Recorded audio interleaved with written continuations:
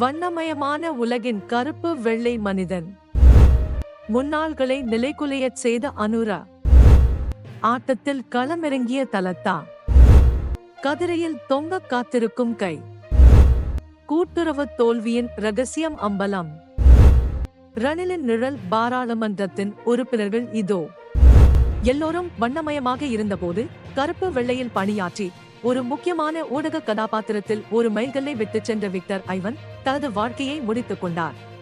சமூக ஊடகங்கள் இது குறித்த பல்வேறு கடிதங்களாலும் இரங்கல் செய்திகளாலும் நிரம்பியுள்ளன. சுருக்கமாக சொன்னால் முழு புக்கியும் விக்டர் ஐவனுக்காக ஒதுக்கி வைக்கப்பட்டுள்ளது. அவர் நிறைய செய்தார். சமூக முன்னேற்றத்திற்கும் சுதந்திரத்திற்கும் அவர் இடைவிடாத போராட்டத்தை நடத்தினார். அதற்கு ராவியவை ஒரு பாலமாக பயன்படுத்தினார். நீதித்துறையின் சுதந்திரத்திற்காக அவர் அடிக்கடி குரல் கொடுத்தார். அவர் செய்த பணியை பற்றி இன்னும் நிறைய சொல்ல இருக்கிறது. செப்டம்பர் 19, 1999 இதழின் முதல் பக்கம் தனித்து நிற்கிறது. நீதித்துறை சுதந்திரத்தின் மரணம் என்ற முன்னணி போராட்டத்தின் மூலம் அவர் நிர்வாக கிளையை நசுக்கினார். இலையுதிர் காலம் வந்துவிட்டது. சரத் என் டி சில்வா பிரதம நீதியரசராக நியமிக்கப்பட்ட புகைப்படம் மேலே நகர்த்தப்பட்டு முதல் பக்கத்தில் வைக்கப்பட்டது. விக்டர் ஐவரை பற்றி எங்கோ நிறைய எழுதப்பட்டு கொண்டிருக்கிறது. அவரை பற்றி மகேஷ் ஹப்பு கூட ஒரு அற்புதமான வித்தியாசமான குறிப்பை எழுதியிருந்தார். விக்டர் ஐவான் போய்விட்டார். நான் புத்தக கடைக்கு சென்றபோது ஐவனின் புகைப்படம் மட்டுமே இருந்தது. ஒப்புக்கொள்கிறேன், எல்லா விமர்சகர்களும் பகிர்ந்து கொண்டுள்ளனர். அதனுடன் கிட்டத்தட்ட அனைவரும் புகைப்படத்தில் ஒரு சிறிய டேக் லைனை சேர்த்தனர். பெரும்பாலும் அந்த வாசகம் எண்ட் ஆஃப் அன் ஏரா என்று வாசிக்கப்படும். ஆம், அது ஒரு சகாப்தத்தின் முடிவு. ஆனால் இவரே ஒரு டேக்லைனுடன் மட்டுப்படுத்த முடியாத ஒரு கதாபாத்திரம். இலங்கையில் மாற்று பத்திரிகையாக தொடங்கிய ராவியவை ஐவன் பிரதான நீரோட்டத்திற்கு அப்பால் கொண்டு சென்று ஒரு தனி செய்தித்தாள் பிராண்டை உருவாக்கினார். அதனால் ஐவனும் ராவியவும் ஒன்றாகிவிட்டார்கள். அதற்கான ஒரே வழி ஐவனும் நாமும் கடந்து செல்லும் ஒரு இருண்ட அரசியல் பாதை வழியாகத்தான். இது எந்த தசாப்தத்தில் தொடங்குகிறது, எந்த தசாப்தத்தில் முடிகிறது என்பது எனக்கு புரியவில்லை. சுதந்திரம் அடைந்ததிலிருந்து இன்று வரை என்று கூட நீங்கள் கூறலாம். ஆனால் ஐவன் ஒரு வளர்ந்த சமூகத்தின் கனவு கண்டவர். இந்த கனவுதான் 1971 போராட்டத்திலிருந்து அவரது அரசியல் தொடக்கத்திற்கும் காரணமாக இருக்கலாம். அதுதான் அந்த காலத்தின் கனவு. ஆனால் அவர் அங்கிருந்து வேறொரு இடத்துக்கு வருகிறார். ரிச்சர்ட் டி சொய்சாவின் மரணத்தை அடிப்படையாக கொண்ட ராணி இலங்கையின் ஐவன்கள் எதிர்கொள்ளும் அரசியல், வன்முறை, மரணம், வாழ்க்கை அல்லது வாழ்க்கை இல்லாமை பற்றிய சுருக்கமான விளக்கத்தை வழங்குகிறது. அந்த இருண்ட யுகத்திற்கு எதிராக சகோதரர் ஐவன் பேனாவை எடுக்கிறார். சந்திரிகாவின் காலத்தில் அந்த யுகத்துக்கு பதிலாக இன்னொரு சகாப்தம் வந்தது. நாம் அந்த பழைய உலகத்தை வேறு விதமாக எதிர்கொள்கிறோம். அங்கேயும் அவர் ஒரு போரில் ஈடுபடுகிறார்.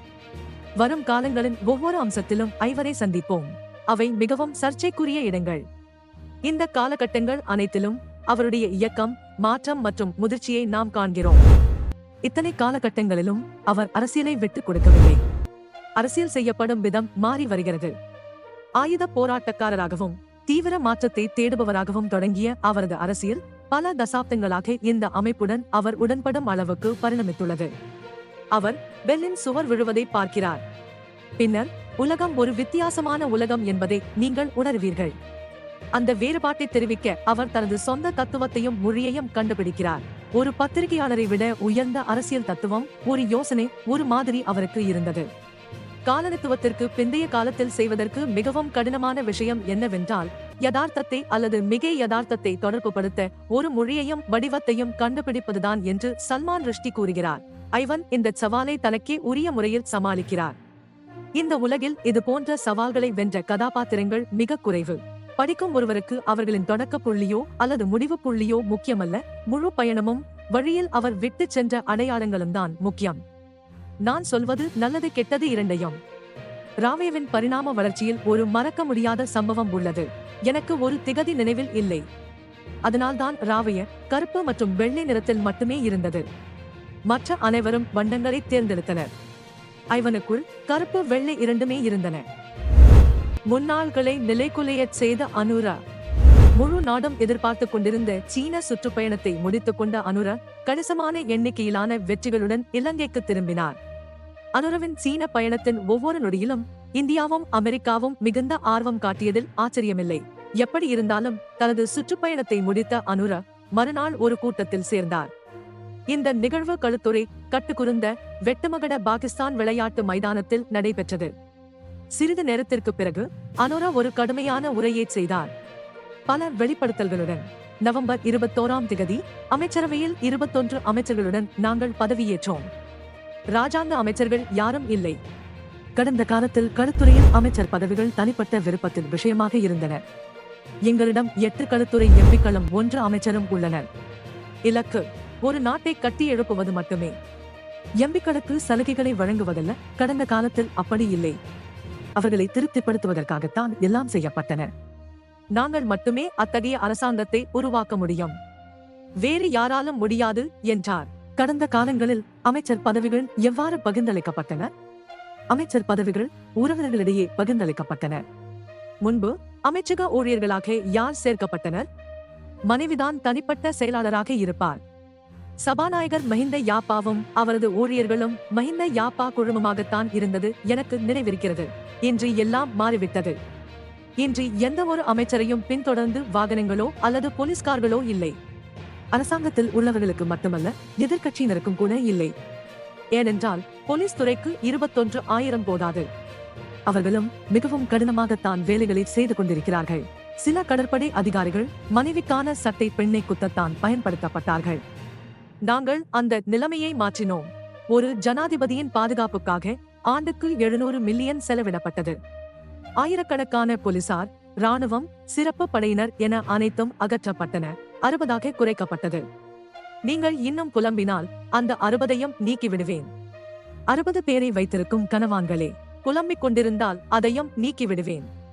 புகார் செய்தால் என்ன நடக்கும் என்று நான் உங்களுக்கு சொல்கிறேன். நாங்கள் எந்த அமைச்சருக்கும் அரசு வீடுகளை வழங்குவதில்லை. முன்னாள் ஜனாதிபதிகளுக்கு வீடுகள் வழங்கப்படுவதில்லை. நான் இப்போது ஒரு கடிதம் எழுதி கொண்டிருக்கிறேன், எனக்கு வீடு வேண்டாம் என்று. ஆனால் மற்றவர்கள் அவ்வாறு கொடுக்க மாட்டார்கள். நான் மஹிந்தவின் வீட்டை மதிப்பீடு செய்ய அனுப்பினேன். அதன் மதிப்பு எவ்வளவு தெரியுமா? அதன் நிலம் இன்னும் மதிப்பிடப்படவில்லை. வீடு மட்டும் மதிப்பிடப்பட்டது. அந்த மதிப்பீட்டின்படி மாத வாடகை 46 லட்சம் ரூபாயாகும். பௌத்தலோக மாவட்டத்தில் உள்ள வீட்டை நாம் மீள பெறுவோம். சம்பளத்தில் 3இல் 1 பங்கை கொடுப்போம். அல்லது மீதமுள்ள பணத்தை கொடுத்து அந்த வீட்டிலேயே தங்கலாம். வாடகை செலுத்தவில்லை என்றால் அதை வெளியே செய்ய வேண்டும். இந்த நாட்டை கட்டி எழுப்ப வேண்டும். அவர்கள் நாட்டு மக்களை ஏமாற்றி பொதுமக்களின் செல்வத்தை பெருமையுடன் அனுபவித்து வருகின்றனர். எம்பிக்களுக்கான ஓய்வூதியங்களை ரத்து செய்வதற்கான திட்டம் விரைவில் முன்வைக்கப்படும். பாராளுமன்றத்தில் உணவகம் பற்றி விவாதம் நடக்கிறது. 1 வாரம் அல்லது 2 வாரங்களில் என்ன நடக்கிறது என்பதை நான் உங்களுக்கு சொல்கிறேன். நீங்கள் சாப்பிட விரும்பினால் சரியான தொகையை செலுத்த வேண்டும். தேசிய மக்கள் சக்தி அரசாங்கம் எம்பிக்களுக்கு பெர்மிட் வழங்குவதில்லை என்றார் அனுரா. இந்த கதைக்கு பிறகு சிலரின் பறக்கும் தொட்டில்கள் அதிர்ந்துவிட்டன. நடுக்கம் அதிகரித்துள்ளது. ஜனாதிபதி அனுரவுக்கு அழைப்பை மேற்கொள்ள தொலைபேசியை கையில் எடுக்கிறார்களாம். மீண்டும் வைத்து விடுவார்களாம். பேசுவதற்கான ஒரு வழியை கண்டுபிடித்துக் கொண்டு இருக்கிறார்கள். குடிக்கிறார்களாம், கத்துகிறார்களாம், அருகில் வருபவர்களை விரட்டி அடிக்கிறார்களாம். இது உண்மையிலேயே குழப்பமாகத்தான் இருக்கிறது. தனிப்பட்ட அழைப்பை மேற்கொள்ள பெரியவர் முயற்சிக்கிறாராம். இப்படியும் ஒரு கொசிப் செய்தி வெளியாகியுள்ளது. நாட்டின் பெரிய சகோதரர் முழு நாட்டையும் சுத்தம் செய்ய வேண்டும் என்ற விருப்பத்துடன் ஆண்டின் முதல் நாளில் தொடங்கிய பணி இப்போது இங்கும் அங்கும் மேற்கொள்ள தொடங்கியுள்ளது. அண்ணன் மிகுந்த ஆர்வத்துடன் தொடங்கிய வேலையை தம்பிகள் எடுத்துக் கொள்வதால் அண்ணன் மிகவும் கவலைப்படுகிறார். ஏனென்றால் இதற்கு யாரும் பொறுப்பல்ல. எப்படி இருந்தாலும் இன்னும் சில நாட்கள் காத்திருந்து பெரிய அண்ணன் அனைவருக்கும் சுண்ணாம்பு அடிக்கப் போகிறார். அப்போது அடையாளம் கண்ட சிலரை அழைத்து பழைய பாக்கியுடன் சொல்ல போகிறாராம். ஆட்டத்தில் களமிறங்கிய தலத்தா. ஐக்கிய தேசிய கட்சியின் பொதுச் செயலாளராக தலத்தா அதுகோரல பொறுப்பேற்ற பிறகு அதன் செயல்பாடுகள் இப்போது முன்னெப்போதையும் விட விசித்திரமாக உள்ளன. ஐக்கிய தேசிய கட்சிக்குள் உள்ள ஒரு குழுவினர் வழக்கத்தை விட பணிகள் மிகவும் ஒழுங்காக மேற்கொள்ளப்படுவதாக கூறுகின்றனர். எதிர்காலத்தில் வெற்றிகளை பெற கட்சியின் சக்திகள் ஒன்றுபட்டு பலப்படுத்தப்பட வேண்டும் என்று தலத்தா கூறுகிறார். இப்படித்தான் இப்போது ஐக்கிய மக்கள் சக்திக்கும் ஐக்கிய தேசிய கட்சிக்கும் இடையிலான கலந்துரையாடலுக்கான பாதை அமைக்கப்பட்டு வருகிறது. கடந்த புதன்கிழமை மாலை கட்சி தலைமையகத்தில் ஐக்கிய மக்கள் சக்தியின் நிர்வாக குழு கூட்டம் நடைபெற்றது. நிர்வாக குழுவில் பொதுவாக 14 உறுப்பினர்கள் இருப்பார்கள். அவர்கள் சந்தித்து எவ்வாறு முன்னேறுவது என்பது குறித்து விவாதித்து வருகின்றனர். ஆனால் அது சமீப காலமாக செயல்படாமல் உள்ளது. அதைவிட நண்பர்களே முடிவுகளை எடுத்தார்கள். இந்த முறை விஷயங்கள் கொஞ்சம் வித்தியாசமாக நடந்துள்ளன. இரண்டு பிரதான கட்சிகளுக்கும் இடையில் ஒரு உடன்படிக்கைக்கான முன்மொழிவுகளை பலர் கொண்டு வருவதால் கட்சி உணர்திறன் கொண்டதாக இருக்க வேண்டும் என்று கட்சியின் செயலாளர் ரஞ்சித் மத்துமா பண்டார சுட்டிக்காட்டினார். நீங்கள் அவர்களுடன் பேசி பேச்சுவார்த்தைகளை தொடங்க வேண்டும். அடுத்து இந்த விவாதத்தை எவ்வாறு முன்னோக்கி எடுத்துச் செல்வது என்பது குறித்த எங்கள் திட்டங்களை முன்வைப்போம் என்று சஜித் கூறினார். நாமும் நமது அடையாளத்தை பாதுகாக்க வேண்டும். ஒரு நேர்மறையான பயணத்தை தொடங்க விரும்புகிறோம். ஆமாம், அதன்படி எப்படி பேச்சுவார்த்தை நடத்துவதென்பதை முடிவு செய்வோம். நான் சொல்றேன், விவாதிக்க ஒரு குழுவை அங்கீகரிப்போம் என்று தலைவர் சொன்னார். அதன்படி மேற்கொண்டு வேலைகள் நடக்கின்றன. கடந்த புதன்கிழமை மாலை முன்னாள் ஜனாதிபதி மஹிந்த ராஜபக்ஷவின் இல்லத்திலிருந்து ஸ்ரீலங்கா பொதுஜன பெரமுனவின் பொதுச் செயலாளர் சாகர காரியவசத்திற்கு ஒரு செய்தி வந்தது. மாலையில் ஜனாதிபதியை பார்க்க ஒரு குழு வருகிறது. நீங்களும் வாருங்கள். இந்த செய்தியை நாமல் ராஜபக்ஷவும் பெற்றார்.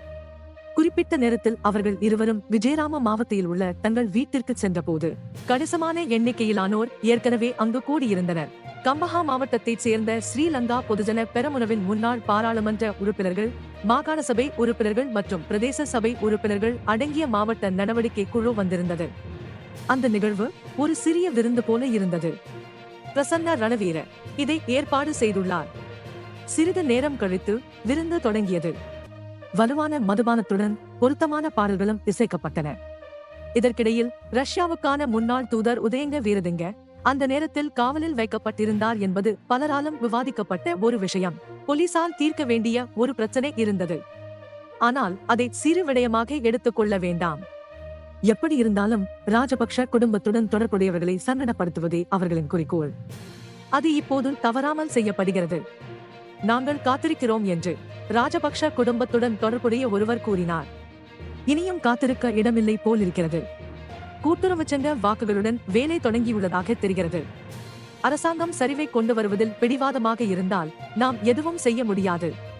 இருப்பினும் இந்த அரசாங்கத்திற்கு எதிர்பார்ப்புகளுடன் அதிகாரத்தை வழங்கிய மக்கள் இந்நாட்டில் உள்ளனர். அரசியல்வாதிகள் தங்கள் எதிர்பார்ப்புகளை நிறைவேற்றாமல் அரசாங்கம் கவிழ்வதை அனுமதிக்க மாட்டார்கள். மக்களின் எதிர்பார்ப்புகளை நாம் நிறைவேற்ற வேண்டும் என்று மற்றொருவர் கூறினார். அதை எப்படி செய்வது? முடியாவிட்டால் என்ன செய்வது? மின்சார கட்டணத்தை குறைப்பதாக சொன்னார்கள். ஆனால் அதை செய்ய முடியாது. உங்கள் சம்பளத்தில் ஒரு கார் வாங்கும் அளவுக்கு வாகனங்களின் விலையை குறைப்பதாக சொன்னார்கள். வழி இல்லை. மக்கள் வாழ்வதற்கு வசதியான சூழலை உருவாக்குவதாக அவர்கள் கூறினர். 250 ரூபாய்க்கு தேங்காய் பொங்கல் செய்ய சிவப்பரிசி கூட இல்லை. எனவே இந்த வழியில் மக்களின் எதிர்பார்ப்புகளை எவ்வாறு பூர்த்தி செய்வார்கள்? வாய்ப்பு கிடைக்கும் போது மக்கள் சரியான பதிலை கொடுப்பார்கள் என்ற பேச்சுக்களுடன் அந்த இரவு கழிந்தது. கதிரையில் தொங்க காத்திருக்கும் கை. ஸ்ரீலங்கா சுதந்திர கட்சியின் 2 பிரிவுகளுக்கு இடையே கட்சி தலைமையகத்தில் சமீபத்தில் ஒரு சிறப்பு கலந்துரையாடல் நடைபெற்றது. ஒரு குழு நிமல் சிறிபாலவின் பக்கம். நிமல் சிறிபால, லசந்த அழகியவண்ண, மஹிந்த அமரவீர ஆகியோர் ஒரு தரப்பை பிரதிநிதித்துவப்படுத்தி கலந்துரையாடலில் இணைந்தனர். அதே நேரத்தில் ஹெக்டர் பெத்மகே, கீர்த்தி உடவத்த மற்றும் ஹேமால் குணசேகர ஆகியோர் மறு தரப்பை பிரதிநிதித்துவப்படுத்தி கலந்துரையாடலுக்கு வந்துள்ளனர். ஸ்ரீலங்கா சுதந்திர கட்சியை மீண்டும் பலப்படுத்துவது குறித்து இரு தரப்பினரும் விவாதித்தனர். நமது உள் பிரச்சனைகளை நாம் தீர்க்க வேண்டும். முதலில் குறுகிய மனப்பான்மையையும் அனைத்து அதிகாரத்துவத்தையும் ஒதுக்கி வைத்துவிட்டு ஒன்று சேருவோம் என்ற பெத்மெகேவின் முன்மொழிவை நிமல் சிறிபால ஏற்றுக்கொண்டு மற்றொரு முன்மொழிவை முன்வைத்தார். ஆமாம், அது சரிதான். முதலில் இணைவதற்கான அனைத்து தடைகளையும் நாம் அகற்ற வேண்டும் என்று நிமல் சிறிபால தெரிவித்தார். தயாசிரி மற்றும் திலங்கா ஆகியோருடன் பேசி உள்ளே கொண்டு வர முடியும். தயாசிரி மட்டுமே நமக்கு கிடைத்த ஒரே பாராளுமன்ற பிரதிநிதித்துவம். நல்ல பேச்சாளர்கள். ஆமாம், எங்களுக்கு அதில் எந்த பிரச்சனையும் இல்லை. ஆனால் இப்போது நாம் பிளவுபட்டு பிரிந்து அரசியல் ரீதியாக பிரிந்து வழக்குகளால் பாதிக்கப்பட்டுள்ளோம். தயாசிரியை மீண்டும் இதற்குள் கொண்டு வர முடியாதா? பிரச்சனை இல்லை. அவர் ஒரு செயலாளராக காட்டிக் கொள்கிறார். நீதிமன்றத்திலிருந்து பெறப்பட்டதாம். ஆனால் இங்கே துணிந்து இருக்கிறார். அவரை நாங்கள் எங்கள் செயலாளராக ஏற்றுக்கொண்டிருக்கிறோம். எனவே தயாசிரி வரும்போது அது ஒரு பிரச்சனையாக மாறும். அவர் விரும்பினால் நாங்கள் ஒரு தீர்வை கொண்டுவர ஒப்புக்கொள்கிறோம். நாம் அதை பற்றி விவாதிப்போம். ஆனால் உங்கள் பங்கிலும் சிறிது உணர்திறன் இருக்க வேண்டும். பெத்மெகே தரப்பு சொன்னது, அவருக்கு எங்களால் ஒரு மூத்த பிரதி தலைவர் பதவியை கொடுக்க முடியும். அவர் வந்து வேலை செய்யட்டும். நீங்கள் அப்படி வேலை செய்து ஒரு இடத்தை உருவாக்க வேண்டும் என்ற முன்மொழிவுக்கு நிமல் சிறிபாலவின் தரப்பினர் அளித்த பதில் இதுதான். கூட்டுறவு தோல்வியின் ரகசியம் அம்பலம். நாடு முழுவதும் உள்ள கூட்டுறவு சங்கங்களில் நடத்தப்பட்ட பல தேர்தல்களில் அரசாங்கம் சமீப காலங்களில் தோல்வியடைந்துள்ளது. இதை ஐமச உள்ளிட்ட மக்கள் மிகுந்த உற்சாகத்துடன் கொண்டாடினர். உண்மையில் என்ன நடந்தது? ஸ்ரீலங்கா பொதுஜன பெரமுன, ஐக்கிய மக்கள் சக்தி, ஐக்கிய தேசிய கட்சி, ஸ்ரீலங்கா சுதந்திர கட்சி மற்றும் பல பிராந்திய கட்சிகள் ஒன்றிணைந்து இடைத்தேர்தல்களை எதிர்கொண்டன. இதன் விளைவாக பல பிராந்திய கூட்டுறவு சங்கங்கள் ஆளும் கட்சிக்கு விசுவாசமான கூட்டுறவு வேட்பாளர் குழுக்களை தோற்கடித்து குறிப்பிடத்தக்க வெற்றிகளை பெற முடிந்தது. எதிர்க்கட்சிகளை ஒன்றிணைக்கும் திட்டமும் இங்கிருந்துதான் அரங்கேறுகிறது. ரணிலின் நிழல் பாராளுமன்றத்தின் உறுப்பினர்கள் இதோ. ரணில் நிழல் பாராளுமன்றம் அமைக்க முடிவு செய்துள்ளார்.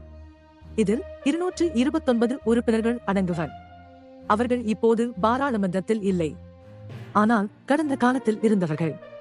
பாராளுமன்றம் நடைபெறும் அதே நாளில் இந்த நிழல் பாராளுமன்றம் வேறு இடத்தில் கூடும்.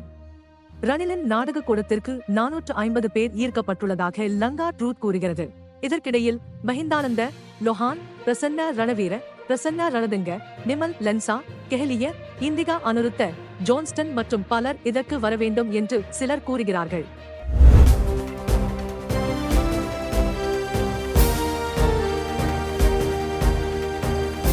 The leader, දේශයට මග කියන ප්‍රවෘත්ති පෙළ ගැස්ම